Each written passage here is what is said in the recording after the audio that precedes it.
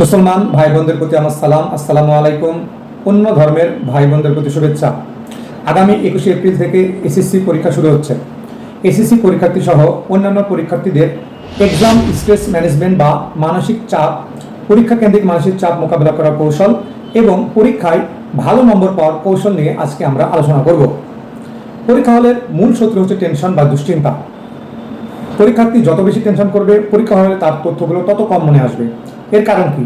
এর সায়েন্টিফিক ব্যাখ্যা হচ্ছে আমাদের মস্তিষ্ক নিউরন দিয়ে গঠিত এবং একটি নিউরনের সঙ্গে আরেকটি নিউরন সিনাপস নামক একটি কানেকশন দ্বারা সংযুক্ত থাকে। এখন কোনো পরীক্ষার্থী যখন টেনশন করে তখন তার একটি নিউরনের সাথে আরেকটি নিউরনের সংযোগটি বিচ্ছিন্ন হয়ে যায়, যার ফলে তার তথ্যটি মনে আসে না।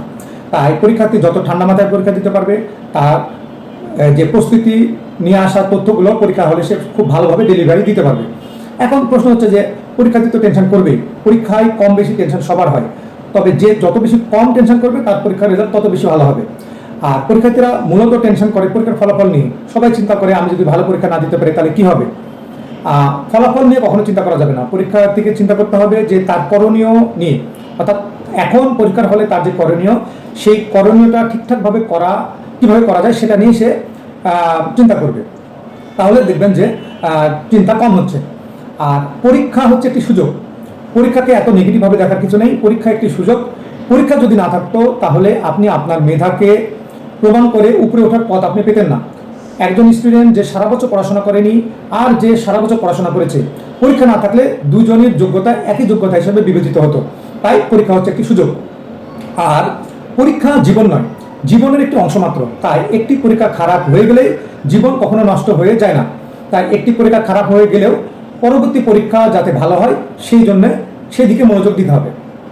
আর পরীক্ষার দিন সকালে কিছু কাজ অবশ্যই করা যাবে না, যেমন আমি কিচ্ছু পড়িনি বা আমি সব ভুলে গেছি বা এবার আমি ফেল করব, এই ধরনের নেতিবাচক কথা অবশ্যই বলা যাবে না।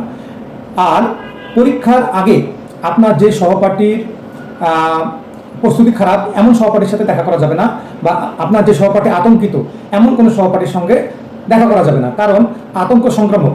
আপনার সহপাঠী বা আপনার বন্ধুর আতঙ্ক আপনার মধ্যেও সংক্রমিত হতে পারে। পর্যাপ্ত সময় হাতে নিয়ে পরীক্ষা হলে পৌঁছাতে হবে, কারণ যখন কেউ পর্যাপ্ত সময় হাতে না নিয়ে পরীক্ষা হলে যায় সেক্ষেত্রে তাকে তাড়াহুড়া করে পরীক্ষার হলে প্রবেশ করতে হয়। আর এই তাড়াহুড়া করে পরীক্ষার হলে প্রবেশ করার জন্য নার্ভ এক্সাইটেড হয়ে যায়। আর একবার নার্ভ এক্সাইটেড বা উত্তেজিত হয়ে গেলে সেটি আর সহজে কিন্তু ঠান্ডা হতে চায় না। আর এই নার্ভ উত্তেজিত হয়ে গেলে আপনি আপনার মনোযোগ দিয়ে আপনার লেখাটা ঠিকমতো লিখতে পারবেন না। পরবর্তী যে প্রসঙ্গ সেটি হচ্ছে যে অবশ্যই ঠান্ডা মাথায় প্রশ্ন পড়তে হবে। প্রশ্নপত্রের উভয় পিঠ ভালো করে পড়তে হবে এবং প্রশ্নপত্রের মধ্যে যে নির্দেশনাগুলো দেওয়া থাকবে সেগুলো মনোযোগের সঙ্গে পড়তে হবে।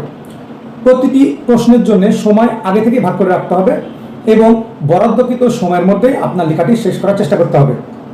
যদি কোনো কারণে আপনি লিখতে না পারেন বা আপনার উত্তর যদি মনে না আসে, তাহলে আপনাকে পরবর্তী প্রশ্নে চলে যেতে হবে এবং প্রশ্নপত্রে একটি চিহ্ন দিয়ে রাখতে হবে যে এই প্রশ্ন উত্তরটি আপনার দেয়া বাকি রয়েছে।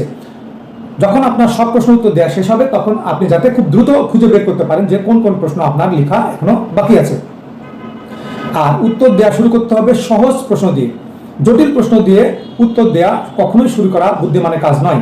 যে প্রশ্নটি সহজ এবং যেই প্রশ্নের উত্তর আপনার ভালোভাবে জানা আছে এমন প্রশ্ন দিয়ে আপনাকে উত্তর দেওয়া শুরু করতে হবে। আর পরীক্ষা হলে কখনোই কোনো প্রশ্ন ছেড়ে আসা যাবে না, কারণ দুইটি অর্ধের উত্তর একটি পূর্ণ উত্তরের চাইতেও আপনাকে অনেক বেশি নম্বর নিয়ে এসে দেবে। আর খাতা জমা দেওয়ার পূর্বে সর্বশেষ যে কাজটি করতে হবে, আপনার নাম, রোল, রেজিস্ট্রেশন নম্বর ঠিকভাবে আপনি পূরণ করেছেন কিনা আরেকবার চেক করে নেবেন এবং পরীক্ষার হলে যে অতিরিক্ত খাতা নেওয়া হয় সেই অতিরিক্ত খাতা ঠিকঠাক মতো মূল খাতার সঙ্গে সংযুক্ত হয়েছে কিনা সেটিও অবশ্যই ভালোভাবে দেখতে হবে। পরীক্ষার্থী এসএসসি পরীক্ষার্থী ভাই বোনদের ভালো রেজাল্ট কামনা করে আজকে আমার কথা এখানেই শেষ করছি।